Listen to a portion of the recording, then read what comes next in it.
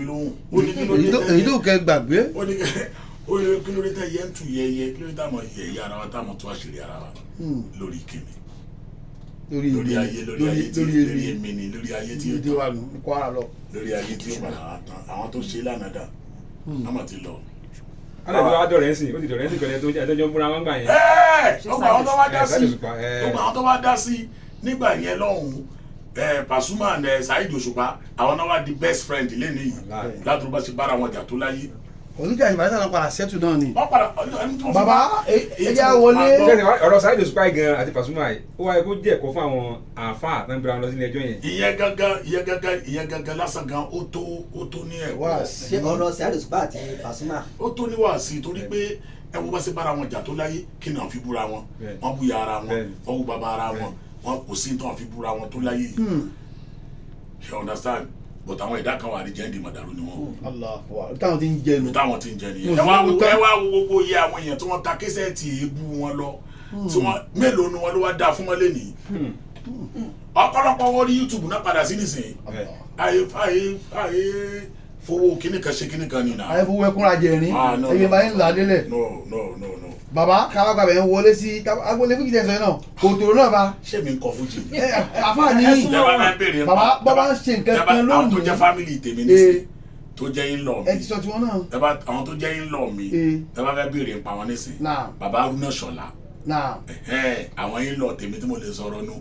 ṣèlú bọ́ tó gba àwọn pípù tá à ń sọ yìí ṣe understand. ìyẹn ni wọn. bàríṣe ṣe yẹn ni. èèyàn mi ni wọn. àwọn ọmọ rẹ̀ wọn tó ń bára ọjà ọmọ àlejò nìkan Bàríṣókì kì í ṣe ara wa kì í ṣe bí wa kì í ṣe ara wa kí lè fẹ́ sọ lórí kíní kan ọmọ yẹ kíní ni ọmọ ẹ̀gbọ́n àdúgbò ni Alhaji Àgbà Bàríṣókì ọmọ yẹ kíní Alhaji Àgbà ẹ̀gbọ́n àdúgbò. sàlámù aleykum sà Alhaji Àgbà ti kú Alhaji Àgbà ti kú 15 years ago Alhaji Síkírù Àyìndé Barrister ọmọ ìyàwó ológun ó ti lọ bí ọdún mẹ́ẹ̀ẹ́dógún sẹ́yìn ṣùgbọ́n lónìí ọ̀tún àròyé òsì àròyé náà ni gẹ́gẹ́ bí àáfà onímọ̀ àdùktúrù kí ni ìmọ̀ràn yín fún àwọn ẹbí lórí ẹni ọmọ àlẹ́ nìkan ẹnìkejì ara wa ọmọ ara ni ọmọ àdúgbò ni kí baba etí ẹ lè mórí lóṣù ká kí ni ìmọ̀ràn yín sà.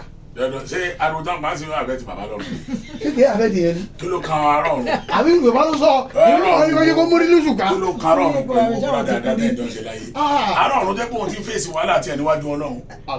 wọ́n tó ń tà gbọ́ ni pé àwọn yẹn máa sọ pé ẹ jẹ́ kó kó ọ̀run sùn.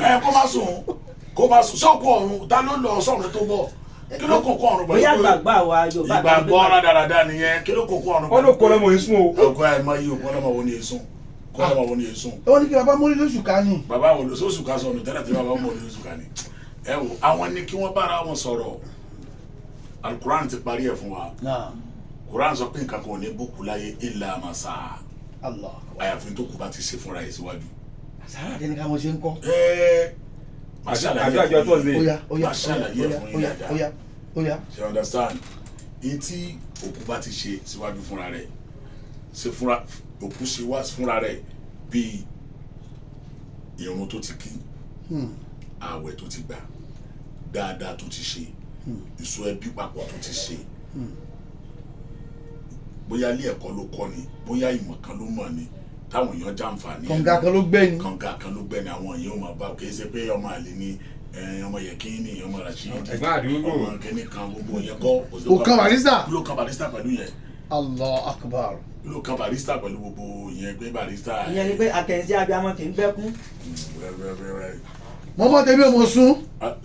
àdúrà tí Islam kọ́ wa níbi náà ni pé Allahumma ikfirli walil walidayya warhamhuma kama rabbayani saghira ìyá mi àti bàbá mi Ọlọ́run bá ń foríjì wọn bá ń kẹ́ wọn ju báwọn náà ṣe kẹ́ mi lọ́ngbà kékeré you understand ẹnìkan ló wá bí ẹnìkan ni ò bí ẹnìkan irú yẹn máa bá òkú family problem ìyẹn sọ́sìn ìyẹn lè bókù. bàbá àdúrà ló ṣe kókó ẹ̀ náà Sàròyé èmi ni mo bí èmi kan mo bí níwà mo bókù kí ló kàn kó láì Sàròyé tẹlifíṣàn kí ló kàn yẹn pẹ̀lú Barrister olùwà wọ́n ní pé kò yẹ káwọn ọmọ Barrister máa ṣáìdì Òṣùpá nígbà torí pé Bàríṣókì sọ̀rọ̀ Òṣùpá ni àwọn ọmọ Barrister lọ́ ṣe ń takù Bàríṣókì ní pé ṣó yẹ kí àwọn bíi Bàrímádé àtàwọn kọ̀ọ̀kan pé ṣó yẹ kó fi Bàríṣókì tó ti mọ̀ mọ́ bàbá wọn lẹ̀ kó wá lọ ń ṣáìdì Òṣùpá. ìdínà kó bá gbé kíní sójú wọn ni pé tó táyé bá ń wo àwọn ọmọ ẹ̀ tó ń bẹ tó béèrè ìbéèrè yẹn so ṣé ó proper bó ṣe ṣẹlẹ̀ ní àárín yẹn gbà yẹn pé àwọn Bàrímádé àtàwọn tó kù wọ́n fi Bàríṣókì tí gbogbo èèyàn mọ̀ pé olóògbé Bárúsátì ló bí wọ́n fi sílẹ̀ wọ́n lọ ń ṣáìdì Òṣùpá. ọmọ àlúwò lèmi. Ìlọrin Àfọ̀njá ẹni ìdú yọ lọ. ọmọ Ìlọrin iṣẹ́ wo lẹ mọ̀ mímọ̀. ṣé àfà. pé mo jẹ́ muslim scholar. èyí tẹ̀ ń béèrè yìí nísìnyí ọ̀rọ̀ mọ̀lẹ́bí onímọ̀lẹ́bí ni barista ṣáìdì Òṣùpá ṣáìdì kìíní kan ìyẹn sì jọmọ́sẹ̀ tèmi. yẹ ṣe lára àtúnṣe tí. ẹ dákun ṣé ìyẹn sì jọmọ́sẹ̀ tèmi. lára àtúnṣe tí àáfà onímọ̀ gbọ́dọ̀ ṣe. wọ́n wá ṣọ́ wá pè mí pé tó Alifulany ẹ̀ máa bọ̀ Bàrísókì bẹ́ẹ̀ bá bẹ́ẹ̀ bẹ́ẹ̀ ṣe sọ yìí mi ò pọ̀ kankan. ẹgbẹ́ ló wọlé ilé náà yóò kàn wọ́n lára wọn ò rí. èmi ò bẹ́ẹ̀ ṣe sọ yìí ní ìbísẹ̀ ń gbọ́ pé wọ́n ń jà. ọmọ yìí ni gbogbo wọn yà ti Bàrísídé ẹ sì sọ̀rọ̀ lánàá. lórí social media bá. ipe tó ẹ bá bọ̀ wọ́n sùn. wá sílẹ̀ mi ń gbọ́ èmi ò gbọ́ ogún tẹ̀yìn sọ. bàbá gẹ́gẹ́ bí nǹkan tẹ sọ gẹ́gẹ́ bí ìyànjú tẹ gbà àwọn èèyàn lé ọ̀rọ̀ Pasuma Alhaji Wasiu Pasuma àti King Dr. Saheed Òṣùpá ipe ìyẹn gan tó ẹ̀kọ́ fún àwọn èèyàn láti má jẹ́ ṣe kí ni tó bá ń jà bọ́ tó bá ń dá sí má jẹ́ pé wọ́n máa forí ẹ̀ fagbọ̀n ẹ gbà àwọn èèyàn nímọ̀ràn lẹ́ẹ̀kan ẹ fi ọ̀rọ̀ àwọn méjèèjì tó jẹ́ àgbà òǹkọrin yìí ẹ fi ṣàkàwé fáwọn èèyàn ohun tí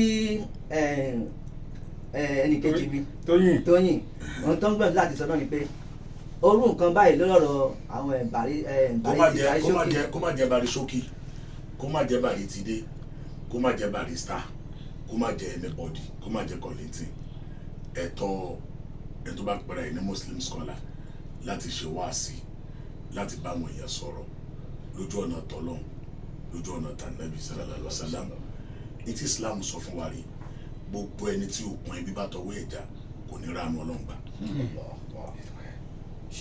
gbogbo ẹni tí òkun ẹbí okùn bí tó bá tọwọ́ ẹ̀já tí ò bá lọ túbá tí ò bá wọ́nà bí ó ṣe so okùn ẹbí yẹn padà papọ̀ kò ní ránu Ọlọ́run. bàbá ọmọ Yorùbá ni àbí ọmọ Yorùbá ni tábà wò dáadáa máa rí pé nínú àwọn tí Sunday Igboho súnmọ́ yẹn àfa náà báwa bá tiẹ̀ ní gbogbo àmọ́ ti Alhaji Muyideen Ajani Bello kọ́lọ́ máa foríjì wọn kọ́lọ́ máa ṣe bàbá dáadáa kọ́lọ́ máa ṣe wọn pẹ̀lẹ́pẹ̀lẹ́ Igboho ti dé sí Nàìjíríà ẹ bá kí olóyè Sunday ẹ bá kí bẹ́ẹ̀ bá rẹ̀ bẹ́ẹ̀ ẹ̀rẹ́ kí n béèrè àbí ẹ wá. àgbákùnrin ẹni ní Igboho ti dé báyìí wọ́n yà sọ́lá ti dé. èèyàn mi dáadáa ti rà ní. alhamdulilayi shukran tó ló wà pé Alifulany gbogbo yẹn lè bá ṣe wà láà gbogbo yẹn lè bá ṣe ó yá bisimilah. wàláyé ọlọ́mọ fi búra yẹn o. Allahu akbar. wàláyé incident kan ló fẹ́ ṣẹlẹ̀ láàrin wa ní gbogbo táìmù yẹn but wàláyé èèyàn mi ni wàláyé èèyàn mi ni ọgbọ́lọ́mọ fi búra ó dẹ̀ máa ṣe dáadáa sí sàkánì mi dáadáa o kò dẹ̀ lè gbọ́ pé kí Ìgbòho rékọ́ọ̀dù mi nísìn kó mọ̀ gbé kò ní sọ pé ta ló ń sọ̀rọ̀ ṣe mọ ibi tí àjọṣepọ̀ yẹn kó tó di pé social media mọ̀ ó fọ́nká lù tí gbogbo ohun tó dé yìí máa nífa wàláì kó tó di pé gbogbo social media. bàbá inú wa dùn pé kódà nínú Ìgbòho ti fún mi nílẹ̀ rí wàláì èmi ni mi ò yà sílẹ̀ yẹn láti lọ lò yẹn wàláì tàláì ó ti fún mi nílẹ̀ rí ní Ìbàdàn tọ́wọ́n náà bá padà wo fídíò yìí ó rí èmi àti Alhaji Abbas ọmọ àbá Sheikh Muyideen Bello lọ́dún náà kò yẹ sálá burú sí mi kò lè sá burú sí ìkẹ́ àmì rárá àtọ́ kódà inú mi dẹ̀ dùn wípé mo wà èmi ni mo ṣokùnfà èmi Ìgbòho MC Olúọmọ táwa mẹ́tẹ̀ẹ̀ta fi sọ̀rọ̀ lórí fóònù láwọn incident kan tó ṣẹlẹ̀ ńgbà kan tipẹ́tipẹ́ àbí nítòsí recently kan báyìí wàláhì tàlá. bàbá inú wa dùn pé ní sọ́jú bá wọn. bàbá inú wa dùn pé ẹ sọ àṣírí àjọṣepọ̀ yìí tí ó sì jókòó dáadáa. wọ́n ní lára àwọn tí wọ́n fẹ́ràn ilẹ̀ Yorùbá tí wọ́n fẹ́ kí Yorùbá kó tẹ̀síwájú ní olóyè Sunday Adéyẹmọ Ìgbòho ṣáá jẹ́ ṣùgbọ́n nǹkan kan tó